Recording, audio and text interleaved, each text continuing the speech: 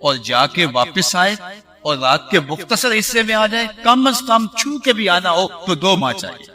سمجھا لوہا گرم ہو گیا، اب چوٹ ٹکانے پہ بیٹھے گی، تو کہا پھر جن کا تم کلمہ پڑھتے ہو انہوں نے، تو حضرت صدیق اکبر نے کہا لئن قالہ فقد صدق فاصدقہ، اگر انہوں نے کہا ہے تو سچ کہا ہے، میں تصدیق کرتا۔ وہ تو یہ بات کر رہے ہیں، انہوں نے تو آسمانوں کی خبریں دی تو ہم نے اس کو بھی مانی۔ انہوں نے ایک خدا کا تصور دیا جو خیال، فہم، گمان اور تصور کی حدود سے ورا ہے، ہم نے اس کو بھی تسلیم کر دیا۔ تو سچا بھی ہو اور مصدق بھی ہو، سچ کی تائید بھی کرنے والا۔ پھر فرمایا حضرت غوث اعظم نے کہ 2 خوبیاں اس کے اندر حضرت عمر فاروق والے، امر بالمعروف کرتا ہو اور نہی عن المنکر۔ اللہ جو آپ کو امر بالمعروف نہ کر سکے اور نہی عن المنکر نہ کر سکے، برائی سے روک نہ سکے اور نیکی کی ترغیب اور حکم نہ دے سکے، تو وہ کس طرح آپ کی اور میری رہنمائی کر سکتا ہے؟ حضرت سیدنا عمر رضی اللہ تعالی عنہ کا امر بالمعروف اور نہی عن المنکر کا جذبہ اتنا فراواں ہے کہ جب آپ کے اوپر حملہ ہوتا ہے اور اس حملے کے دوران آپ زخمی ہو جاتے ہیں اور ایک شخص انصاری جوان آپ کا حال پوچھنے آتا ہے، تو جب وہ پوچھنے کے لیے آتا ہے تو کہتا ہے کہ حضرت کیا حال ہے؟ تو آپ کے جسم سے خون نکل رہا تھا، تو آپ نے اس کو دیکھا کہ اس کا جو تہ بند تھا وہ زمین کے ساتھ لگ رہا تھا، رگڑ رہا تھا، اس کے ٹخنوں سے نیچے تھا۔ تو اس نے کہا حضرت آپ کا کیا حال ہے؟ تو اس حالت کے اندر حضرت عمر رضی اللہ تعالیٰ عنہ نے کہا جوان میرا حال تو ٹھیک ہے پر تیرا حال ٹھیک نہیں۔ اس کپڑے کو اوپر کر لے، ایک تو یہ گدلا ہونے سے بچ جائے گا، دوسرا رب کی رضا پہ تجھے آ جائے۔ تو جو امر بالمعروف اور نہی عن المنکر کرنے کی صلاحیت اور طاقت اور توانائی نہیں رکھتا، وہ اس قابل نہیں ہے کہ وہ مسند مشیخیت کے اوپر بیٹھے۔ 2 خوبیاں فرمایا حضرت سیدنا عثمان غنی والی ہوں۔ اللہ اکبر، رات کو عبادت کرے، دن کو اٹھ کے سخاوت کرے۔ اگر ان 2 خوبیوں کا حامل ہے تو پھر وہ اس قابل ہے کہ اس کے ہاتھ میں ہاتھ دیا جائے اور مسند مشیخیت کے اوپر بیٹھ کے رشد و ہدایت کے فریضے کو سر انجام۔ حضرت سیدنا عثمان غنی رضی اللہ تعالی عنہ نے کثرت کے ساتھ غلام آزاد کیے، بلکہ جمعۃ المبارک میں آپ کا ایک کام، جس کا غسل کیا جاتا ہے، کنگھی کی جاتی ہے، سر پہ تیل لگایا جاتا ہے، ایک کام غلام آزاد کرنا تھا۔ اس دور کی سب سے مہنگی سخاوت غلام آزاد کرنا۔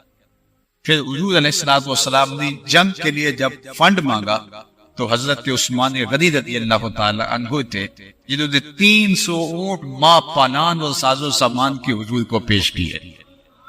اللہ، بیرے رما کا معاملہ آیا تو مدینے والوں کے لیے، مسلمانوں کے لیے کوئی پانی کی جگہ نہیں تھی، کڑوا پانی تھا، تو بیرے روما کو خرید کر کے حضرت عثمان غنی نے مسلمانوں کے لیے وقف کیا۔ آج بھی بیر عثمان مزرع عثمان میں موجود ہے اور مدینہ المنورہ میں حضرت عثمان غنی کے نام کا اکاؤنٹ موجود ہے۔ خیریت میں ان کے اکاؤنٹ سے پیسے جمع ہوتے ہیں۔ آپ کی سخاوت کا در آج بھی کھلا ہوا ہے اور حضرت عثمان غنی کی غنا اور آپ کی سخاوت کا دروازہ آج بھی لوگوں کو فیضیاب کرتا چلا ہے۔ رات کو عبادت کرے اور دن کو، اور یہ حضرت سیدنا عثمان غنی کا وتیرہ تھا۔ پھر فرمایا کہ 2 بس حضرت سیدنا علی المرتضی شیر خدا والے، اللہ اکبر، ایک عالم ہو اور دوسرا بہادر۔ کوئی عالم لاؤ تو صحیح مولا کائنات جیسا۔ خود ارشاد فرمایا اللہ کے محبوب علیہ السلام نے، انا دار الحکمت و علی باب، میں حکمت کا گھر ہوں، علی اس کا در۔ مدینہ العلم کا دروازہ مولا کائنات ہیں اور اللہ تعالیٰ جل شانہ نے ان کو جو علم کا نور عطا کیا تھا، جو فراوانی عطا کی تھی، اللہ تعالیٰ نے ان کو جو علمی تبحر عطا کیا تھا، وہ انہی کا مقصد۔ بالخصوص قضاء کے باب کے اندر آپ کے فیصلے آج ہم پڑھتے ہیں تو عقل حیران ہو جائے کہ اللہ نے اس پاکیزہ وجود کے اندر علم کی کتنے خزانے رکھے ہوئے تھے، اور کیوں نہ ہوتا کہ جن کو حضور نے دارالحکمت کا علم کے شہر کا دروازہ قرار دیا۔ تو جو اللہ کا ولی ہوگا وہ جاہل نہیں ہوگا، وہ علم کے نور سے مالا مال ہوگا، اور وہ حضرت سیدنا علی المرتضی مولا کائنات کے علم کا وارث ہوگا، تو وہ اس قابل ہوگا کہ وہ مسند مشایخیت بھی۔ اور پھر دوسرا وصف آپ کا بہادر ہوگا، بزدل اللہ کا ولی نہیں ہو سکتا، چونکہ اللہ کا ولی وہ ہوتا ہے جو اللہ سے ڈرنے والا، اور جو اللہ سے ڈرنے والا ہو وہ کسی اور سے ڈرنے والا نہیں ہو۔ جس کے سینے میں اللہ کا خوف جو ہے وہ رچ بس جاتا ہے، تو خوف الہی کی برکت سے غیروں کا خوف سینے سے، یہ کیسے ہو سکتا ہے کہ وہ اللہ سے ڈرنے والا ہو اور باقی سے بھی ڈرنے والا ہو؟ اللہ کا خوف بندے کو لا خوف علیہم ولا ہم یحزنون، وہ خشیت الہی کے نور سے ایسا مالا مال ہو جاتا ہے کہ پھر اور کا خوف اس کے سینے کے اندر موجود نہیں رہتا ہے۔ حضرت سیدنا غوث اعظم رضی اللہ تعالی عنہ کی ہی مثال لیجئے، اللہ اکبر۔ ملا علی قاری نے لکھا کہ حضرت غوث اعظم رضی اللہ تعالی عنہ عالم اتنے بڑے تھے کہ آپ کی مجلس واعظ میں 70 ہزار لوگ آپ کی مجلس واعظ میں گفتگو سننے کے لیے آیا کرتے، اور جب اللہ کی جلالت کا ذکر کرتے، اللہ کی ہیبت کا، اس کی خشیت کا ذکر کرتے، تو لوگوں کے اوپر خشیت طاری ہو جاتی، بلکہ بعض اوقات اموات واقع ہو جاتے، اور اللہ تعالیٰ جل شانہ نے ان کی بہادری اور ان کو وہ دلیری اور جرأت عطا کر رکھی تھی کہ عباسی خلیفہ معتصم باللہ اشرفیوں کی 2 تھیلیاں حضرت سیدنا غوث اعظم کی خدمت میں لے کر حاضر ہوا، بلکہ مستنجد باللہ 2 تھیلیاں لے کر آیا اور کہا کہ حضرت میں آپ کو یہ نظر پیش کرنا چاہتا ہوں۔ تو آپ نے جرأت دیکھیے، آپ نے فرمایا کہ مستنجد، تم غریبوں کا مال ہتھیا کے اور خون نچوڑ کے مجھے نذرانہ دینے آ گئے ہو؟ تو اس نے کہا کہ حضرت نہیں یہ میرا اپنا مال ہے۔ تو آپ نے اس کے ہاتھ سے وہ تھیلیاں لی اور ان کو نچوڑنا شروع کیا، کہتے ہیں تازہ خون کے قطرے ٹپکنے لگے، اور حضرت شیخ نے فرمایا اگر مجھے قرابت رسول کا لحاظ، چونکہ یہ جو عباسی حکمران تھے یہ حضرت عباس بن عبد المطلب رضی اللہ تعالی عنہما کی اولاد سے تھے، اور یہ حضرت عباس حضور کے چچا لگے، تو کہا چونکہ آپ کے چچا کی آپ اولاد ہو تو یہ قرابت ہے آپ کی، اگر مجھے قرابت رسول کا لحاظ نہ ہوتا اور میں ان تھیلیوں کو نچوڑتا رہتا اور بہتے بہتے خون تیرے محلات کے دروازوں تک چلا جائے۔ ملا علی قاری نے اس واقعہ کو لکھا ہے، تو اس نے کہا کہ حضرت جو ہے وہ مجھے معاف کیجیے اور مجھے کچھ عطا کیجیے۔ تو آپ نے ایسے فضا میں ہاتھ ڈالا تو دونوں ہاتھوں میں جو ہے وہ 2 سیب تھے، تو آپ نے ایک سیب خود رکھ لیا اور بائیں ہاتھ والا سیب دائیں ہاتھ میں لے کے اس کو دیا۔ تو آپ نے جب وہ سیب توڑا تو خوشبودار تھا، لیکن جب اس نے وہ سیب توڑا تو اس سے کیڑا نکل آیا۔ تو اس نے کہا حضرت یہ کیا ہوا کہ آپ اچھا سیب رکھ لیا اور مجھے کیڑے والا دے دیا، جبکہ اللہ کے بندے تو دوسروں کو ترجیح دیتے۔ تو آپ نے فرمایا جب میں نے شاخ پہ یہ سیب تھے تو ان میں کیڑا نہیں تھا، جب میں نے توڑے تو کیڑا نہیں تھا، جب ظالم کا ہاتھ لگا تو کیڑا آ گیا۔ تو یہ تھی آپ کی جرأت حکمرانوں کے سامنے، حالانکہ وہ حکمران ہمارے ان حکمرانوں کی طرح نہیں تھے۔ یہ تو 4 بندے سڑک پہ آ جائیں تو ان کی ٹانگیں کانپنا شروع ہو جاتی۔ وہ لوگ تھے کہ اگر کوئی ان کی مخالفت کرتا تو جسم سے پتھر باندھ کے سمندروں اور دریاؤں میں ڈبو دیتے، اور ان کے حکم سے تلواریں سر کاٹتی تھی، لیکن اس کے باوجود جرأت دیکھیے۔ تو حضرت سیدنا غوث اعظم رضی اللہ تعالیٰ عنہ اگر ان 12 خوبیوں کے تناظر کے اندر آپ کی زندگی کے واقعات لائے جائیں تو آپ ان ساری خوبیوں کے حامل دکھائی دیں گے۔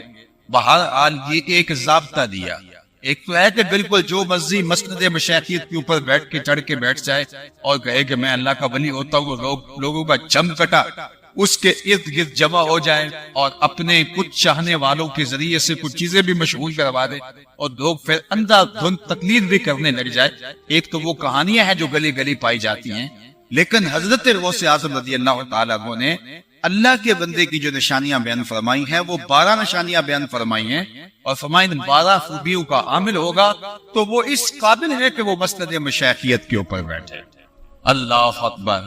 اور وہ خوبیاں اس کے اندر پائی جائیں اور بدرجہ کمال پائی جائیں۔ ان خوبیوں کے حامل ہمیں اپنے آپ کو بنانا چاہیے اور اپنے آپ کو ہمیشہ پردہ پوش بنانا چاہیے، لوگوں کو معاف کرنے والا بنانا چاہیے۔ یہ وصف ہے، فرمایا گیا تخلقوا باخلاق الرحمن، اللہ کے خلق جو ہیں اس کی کرم نوازی کی جو عادتیں ہیں وہ اپنے اندر پیدا کرنے کی کوشش کرو۔ وہ کریم ہے، تم بھی کرم کی عادت ڈالو۔ وہ رحیم ہے، تم بھی رحم کرنے کی عادت ڈالو۔ وہ غفار ہے، تم بھی معاف کرنا سیکھو۔ وہ ستار ہے، تم بھی پردہ پوش بن جاؤ۔ اللہ کی عادتیں اپنے اندر اپنانے کی کوشش کرو۔ تخلقوا باخلاق الرحمن۔ اور پھر حضور علیہ الصلوۃ والسلام کے اوصاف اپنے اندر اتارنے کی مجھے اور آپ کو کوشش کرنی چاہیے۔ عالی مرتبت سامعین، میں آپ سے مخاطب ہوں اور میں زندہ متحرک اور فعال لوگوں سے گفتگو کر رہا ہوں۔ عمومی طور پہ ہم ولایت کا وہ تصور دیتے ہیں کہ سننے والوں کے ذہن میں یہ ہوتا ہے کہ یہ لوگ گزر گئے اور وہ ماضی کی کہانیاں تھیں، اب ہم میں سے کوئی ان خوبیوں کا حامل نہیں ہو سکتا اور ہم ان خوبیوں کو حاصل بھی نہیں کر سکتے، لہذا ان بزرگوں سے ہم اپنے محبت کے رشتے کو قائم کر لیں، ان سے استمداد کر لیں، ان سے محبت کا ربط استوار کر لیں۔ ہم تو کسی قابل نہیں ہیں اور ہم آگے نہیں جا سکتے، لیکن حضرت غوث اعظم رضی اللہ تعالی عنہ نے، حضرت میر میرا نے، حضرت پیر پیرا نے، حضرت شاہ جیلا نے، حضرت اپنے اندر پیدا کرنے کی کوشش کرو۔ وہ ستار ہے، تم بھی پردہ پوشی کا ڈھنگ اختیار کر لو۔ وہ غفار ہے، تم بھی معاف کرنے کا وتیرہ اختیار کر لو۔ اور میں آپ سے کہتا ہوں عالی مرتبت سامعین، اگر ہم اچھی ہلکی پھلکی پاکیزہ اور جو ہے وہ ایک لطیف زندگی گزارنا چاہتے ہیں تو ہم یہ دو جو ہے وہ وصف اپنے اندر پیدا کریں۔ جب لوگوں کو معاف کرنے کا مزاج پیدا کریں گے ہمارا اپنا بوجھ ہلکا ہو جائے گا، ورنہ لوگوں کو اگر معاف نہیں کریں گے تو وہ غصے کا بوجھ اپنے ساتھ ہم اٹھائے پھر رہے، اور بچپن سے لڑکپن سے جوانی، جوانی سے بڑھاپا، کاروبار میں، گھر میں، رشتہ داروں میں، عزیزوں میں، دوستوں میں، کتنے لوگوں کے ساتھ ہمارا روز پالا پڑتا ہے۔ اگر ہم روز کا روز معاف کرنے کی عادت نہیں رکھتے تو کتنی ناراضگیوں کے بوجھ ہم اپنے سینے کے اوپر اٹھا کے خود ہی بوجھل زندگی اور تکلیفیں اٹھا کر کے گزر رہے ہوں گے۔ اس لیے لوگوں کو معاف کر دینے اور لوگوں کو، حالانکہ اللہ جل شانہ انتقام لینا چاہے تو وہ جلد یا بدیر کسی صورت میں انتقام لینا چاہے اس کو کوئی نہیں روک سکتا، لیکن وہ منتقم ہونے کی شان رکھنے کے باوجود معاف کر سکتا ہے اور معاف کرتا ہے اور معاف کرنے کو پسند کرتا ہے۔ تو مجھے بتائیے کہ ہم تو بعض بات انتقام بھی نہیں لے سکتے ہوتے، تو ہمیں پھر معاف کرنا ہمارے لیے آسودگی اور بہتری کا سبب اور ذریعہ ہے۔ دو خوبیاں حضور والی، کیا کہا؟ رفیق بھی ہو اور شفیق بھی۔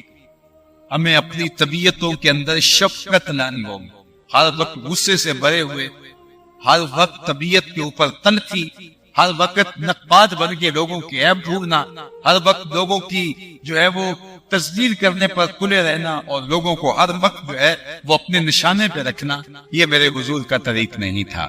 لوگوں نے کیسے کیسے جو ہے وہ معاملے کیے، لیکن اللہ کے محبوب شفقت کیا۔ اس سے بڑھ کر کہ مسجد نبوی کے ایک کونے میں ایک صحابی، ایک صاحب جو بدو تھے، وہ آئے اور آ کے بیٹھ کے پیشاب کرنے لگے۔ اب صحابہ اس کو مارنے کے لیے دوڑے تو اللہ کے محبوب علیہ السلام نے ان کو روک دیا، کہا رک جاؤ، فرمایا بیٹھ گیا ہے تو اب اس کو کر لینے دو۔ اور جب وہ کر چکا تو آقا کریم نے اس کو فرمایا یہ مسجدیں ذکر و فکر اور نماز کے لیے بنائی گئی ہیں، بول و براز کے لیے نہیں بنائی گئی۔ اور شفقت کے ساتھ حضور نے فرمایا اور صحابہ کو فرمایا کہ اب یہ بیٹھ گیا ہے اس کو کر دینے دو، بعد میں پانی بہا دے۔ مجھے یہ بتائیے کہ یہ شفقت حضور؟ ہمارا حال تو یہ ہوتا ہے کہ بعض کا صف میں کھڑے ہوتے، کسی کے موبائل کی گھنٹی بجنے لگ جائے تو یہ موبائل کی مصیبت یہ ہے کہ اس کو بند کرنے کو کھولنا یاد نہیں رہتا، کھولنے تو بند کرنا یاد نہیں رہتا، تو بعض ساتھ یہ نماز میں بٹنا شروع ہو جاتا ہے، اور بندہ بڑی کوشش کرتا ہے کہ خفیف کے اشارے سے اس کو بند کر دے، لیکن بعض کا بٹن نہیں مل پا رہا ہوتا اور وہ بچتا چلا جا رہا ہوتا۔ اور پھر سلام کرنے کے بعد ساری تسبیحات چھوڑ کے، سارے وظیفے چھوڑ کے، ساری چیزیں چھوڑ کے سب نمازی ڈھونڈ رہے ہوتے ہیں کہ یہ کس کے موبائل پہ بیل بجی تھی، اور ایسی نظروں سے دیکھ رہے ہوتے ہیں جیسے اسے کھا جائے۔ اور دوسری جانب حضور کی شفقت کیا ہے کہ وہ پیشاب کرنے بیٹھ گیا، تو اللہ کے محبوب نے فرمایا بیٹھ گیا ہے تو اس کو کر لینے۔ اللہ اکبر۔ اس کا یہ مطلب نہیں ہے کہ مسجد کے اندر پیشاب کر لینا چاہیے، لیکن وہ ایک دور تھا اور ایک کونے میں بیٹھ گیا، تو یہ حضور کی شفقت ہے۔ اس شفقت نے دنیا کو بویا اور دنیا کو قید کیا، کچھ ان کے خلق نے، کچھ ان کے کردار نے کر لی، مسخر ساری دنیا شے ابد۔ تو کہا ایک تو شفیق ہو اور دوسرا رفیق بھی ہو۔ مسجد نبوی کے اندر حضور تشریف فرماتے تو ایک بوڑھی خاتون آئی مدینہ المنورہ کی، اس نے حضور کو کہا کہ میری بات سنیں۔ اللہ کے محبوب اٹھے اور اس کی بات سننے کے لیے دروازے پہ چلے گئے، تو اس نے کہا کہ میں یہاں بات نہیں کرنی۔ کہاں کرنی؟ اس نے کہا آپ باہر آئیے، میں نے باہر آپ سے بات کر۔ چل چلاتی دھوپ اور عرب کی دھوپ، حضور نے کوئی توقف نہیں کیا، انکار بھی نہیں کیا، اس کی بات سننے کے لیے مسجد سے باہر کھلے میدان میں کڑکتی ہوئی دھوپ میں جا کے تشریف فرما ہو گئے۔ اس نے جو باتیں شروع کی کہ ختم ہونے پہ آ ہی نہیں رہی تھی۔ صحابہ جانتے تھے کہ اس عورت کا توازن کے لیے ٹھیک نہیں، غصہ بڑا آ رہا تھا اس عورت پہ، لیکن کہہ کچھ نہیں سکتے تھے کہ اللہ کے محبوب خود سن رہے ہیں۔ جب تھک ہار کے خود جانے لگی تو حضور علیہ الصلوۃ والسلام کی خدمت میں عرض کیا، حضور اس عورت کا توازن ذہنی ٹھیک نہیں ہے، لوگ اس کو دیکھ کے راستہ بدل لیتے ہیں، آپ کا نازک بدن، کار نبوت کی اہم ذمہ داریاں اور عرب کی چل چلاتی ہوئی دھوپ، اور آپ اس عورت کے لیے اتنا وقت دیا، پورے مدینے کے اندر اس کی کوئی بات سننے کے لیے آمادہ نہیں، لوگ اس کو دیکھ کے راستہ بدل لیتے ہیں۔ تو حضور نے فرمایا عمر پورے مدینے میں اس کی کوئی نہیں سنتا، میں بھی نہ سنوں۔ اور اس بڑھیا کو آواز دے کے کہا کہ بڑھیا جب دکھڑے زیادہ ہو جائیں تو جہاں مرضی کھڑا کر کے مجھے اپنے دکھڑے سنا لیا، اپنی باتیں سنا لیا کر۔ تو لوگوں کے ساتھ شفقت کریں، لوگوں کو وقت دیں، لوگوں کے دکھڑے سنیں۔ آپ سارے لوگوں کے دکھ ختم نہیں کر سکتے، اتنے مصائب ہیں، اتنے مسائل ہیں، اتنی تکلیفیں ہیں، غربت ہے، بدحالیاں ہیں، جور و جبر و ظلم ہے، تعلی ہے، آپ سب لوگوں کے دکھڑے بانٹ نہیں سکتے، لیکن بعض اوقات کوئی آپ کو دکھ سنا کے ہلکا ہو جاتا ہے۔ اگر کوئی دکھ سنا کے آپ کو ہلکا ہو جائے تو آپ 5 منٹ اس کے لیے نکال لیں۔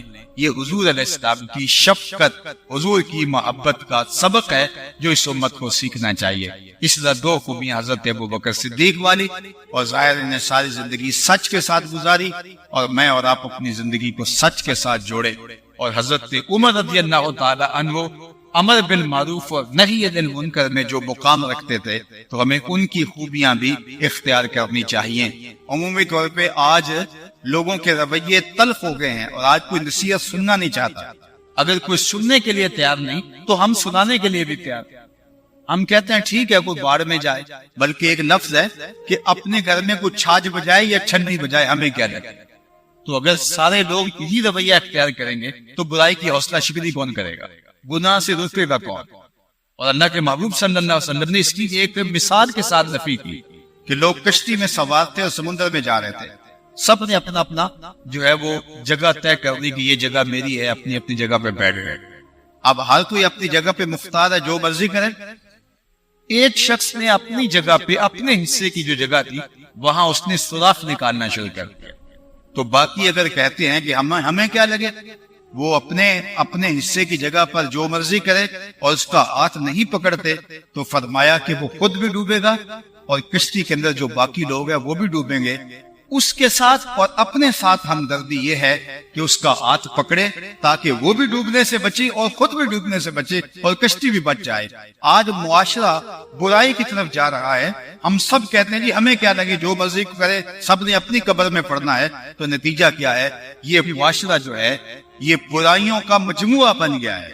اور ہمیں تو ہر روز ہر عشاء کی نماز میں صلاۃ الوتر میں اللہ سے ایک عہد کر وَنَخْلَوْ وَنَتْرُكُ مَن يَفْجُرُ، اللہ جو فاسق و فاجر ہوگا، تیرے حکموں کو توڑنے والا ہوگا، ہم اس سے قطع تعلق کریں گے، ہمارا اس کے ساتھ کوئی تعلق نہیں ہوگا۔ یہ ہم روز عہد کرتے ہیں، لیکن ہم یہ عہد کرتے ہیں، اس پر ہم نے کبھی عمل نہیں کیا۔ تو جب امر بالمعروف اور نہی عن المنکر کو ہم وتیرہ بنا لیں گے اور جو ہے وہ اچھائی کا حکم دیں گے اور برائی سے روکیں گے، تو ایک صالح اور پاکیزہ معاشرت کی بنیاد پڑے گی۔